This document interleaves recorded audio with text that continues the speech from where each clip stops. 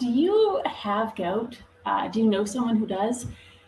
Guys, my name is Amanda Brooks. I am a practicing physician assistant. I've been practicing emergency medicine for 20 years, and I am here to dispel all of the things that I've told my patients in the past that just weren't true. So if you are a gout sufferer, please listen in, listen closely, take some notes, share this with other fellow gout sufferers, because your mind, it's going to be blown. So I think it's super important to bridge the gap between modern and alternative medicine. And with my Bachelor of Science in Human Nutrition, I'm continuing to try to do that daily. So first of all, when someone comes into the emergency department as a gout sufferer with a red hot, swollen, exquisitely painful toe or joint, we have always in modern medicine recommended a low purine diet. Okay, so we've recommended steering clear of alcohol, red meat, seafood, and adhering more to like a plant-based whole grain lifestyle. I want to talk about and unpack what is going on when someone has a gout flare. We are, again, taught that purines exogenously, in other words, coming from our diet, are contributing to these flares. Now, what if I told you that our body creates purines every single time it's breaking down ATP, so our energy source, DNA, RNA, and our body's actually producing endogenously, so internally, 5 to 10 times more purines than we could ever consume in a day. So does that make sense, right? Like, does it make sense that adhering to a low purine diet, if our body itself is producing purines, does that make sense? No, it really doesn't. The other thing is, when I see you, I used to order a lab test, a uric acid lab test. Okay, I've done this for years. And guess what? People that are suffering from gout attacks, they don't always have an elevated uric acid level. And people who have elevated uric acid levels aren't necessarily, suffering from gout. So it's a pointless test to order by your PCP, or if you enter the ER. The other thing is, someone comes in with a red hot, painful joint. Maybe it's a knee, okay? And sometimes I have to do a tap, stick a needle into the joint, pull out the fluid to see what's causing the inflammation versus infection.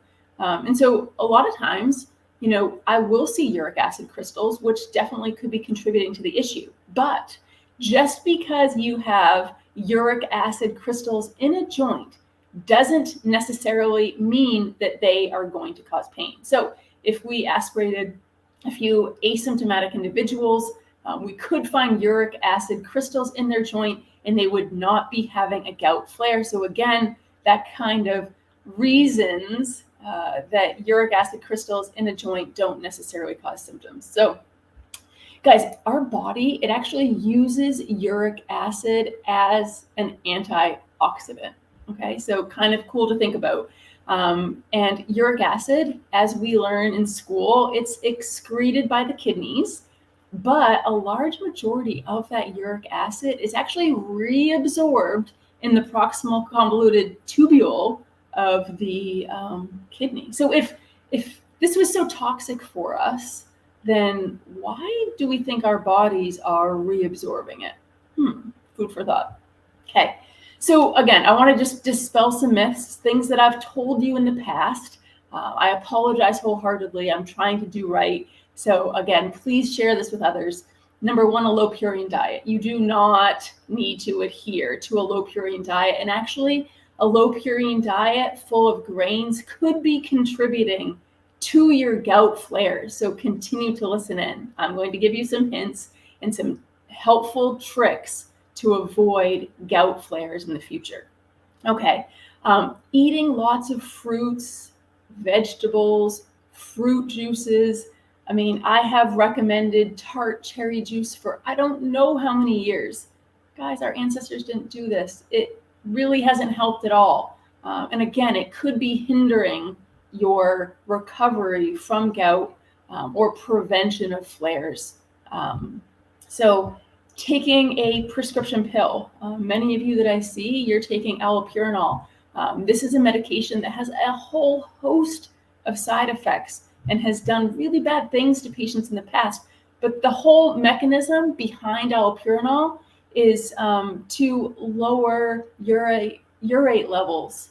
Okay, so it's not very effective because gout, it's not a overproduction of uric acid necessarily. This is an inflammatory condition. So when I see you with an acute flare, I'm treating you with either a steroid or a non-steroidal anti-inflammatory. We might initiate some indomethacin, which is a potent anti-inflammatory. I'm not giving you medication when I'm using big pharma to treat you to decrease uric acid levels. Again, I'm decreasing inflammation, which if we adhere to the proper diet, if we adhere to a lower inflammatory lifestyle, our risk for developing gout is going to be so much less. All right, so there's a myth out there that says if you adhere to a low-fat diet, that you're not going to have a gout flare. Again, just not true. There's also myths out there that if you consume coffee, this causes your blood to become acidic, and you are going to have a gout flare. Again, just not true.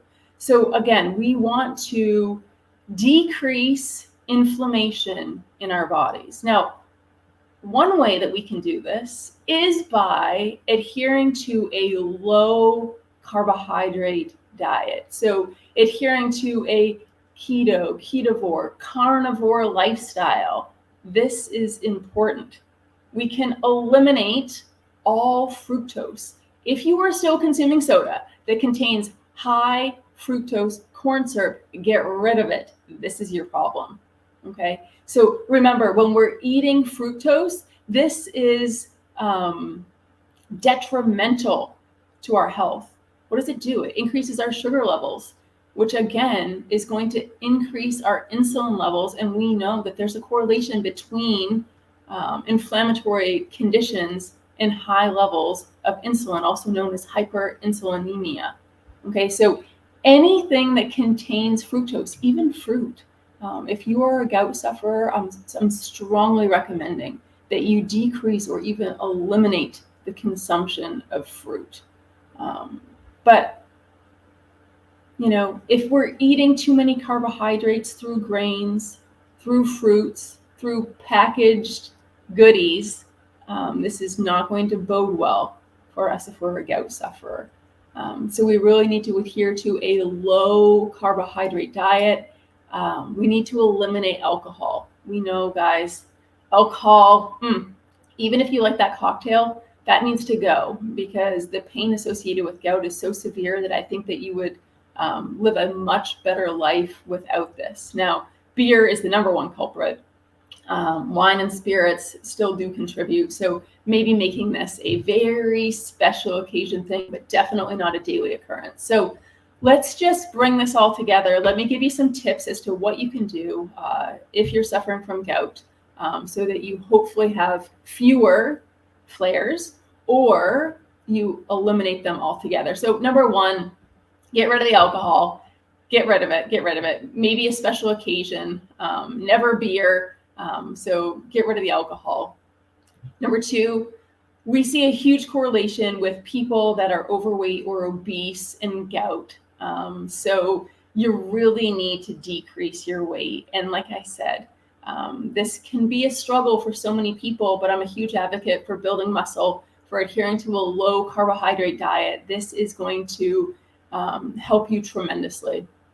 Next, decrease inflammation. Okay, so we're talking about adhering to a low carbohydrate diet, but another thing that's causing a huge amount of inflammation in the body that people just aren't aware of is consuming seed oils. So if you're still using margarine or canola, sunflower, like if you're still using seed oils, and be careful because they're hidden in a lot of spices and sauces, this could be contributing to a large amount of inflammation in your body. Decreasing fructose consumption. So getting rid of all soft drinks, getting rid of fruit juices.